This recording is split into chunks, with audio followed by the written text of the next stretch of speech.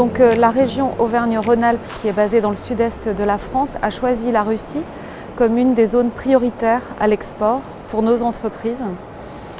Pourquoi notamment pour tout le volet équipementier, les machines, outils que nous pouvons apporter en Russie et en particulier sur le volet agroalimentaire. Donc l'embargo qui touche la Russie en ce moment empêche l'Europe et la France de vendre à la Russie un certain nombre de produits, mais nous pouvons du coup, en contrepartie, vendre des machines qui permettent à la Russie de produire ces produits-là plutôt que de les importer d'Europe.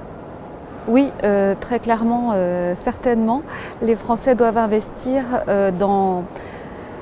en s'installant ici pour aussi donner l'habitude aux fromagers russes qui sont en train de se développer de travailler avec les équipementiers français.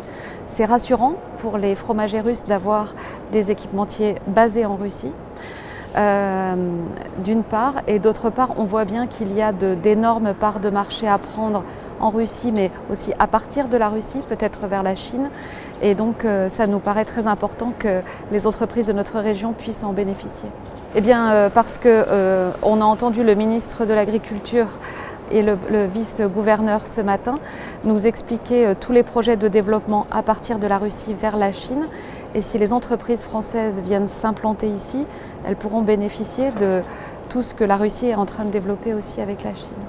Je n'ai pas goûté tous les fromages russes, alors je ne peux pas vous dire dans le détail, mais ce que j'ai entendu de la part des fromagers russes, c'est qu'eux estiment avoir des évolutions à faire en termes de variété des goûts et en termes de procédés. Donc on est bien volontiers là pour les aider à évoluer au niveau de la technicité, au niveau de, je ne sais pas, par exemple le contrôle de la température sur les procédés, etc.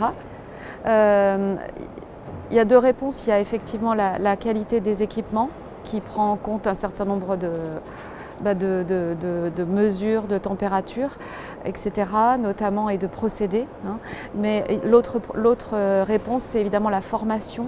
Et c'est pour ça que dans notre délégation, on a également une école d'ingénieurs qui est avec nous et qui propose également de la formation continue aux dirigeants, mais également à leurs salariés, pour les aider à apprendre autrement aussi un autre métier ou une variété dans leur métier.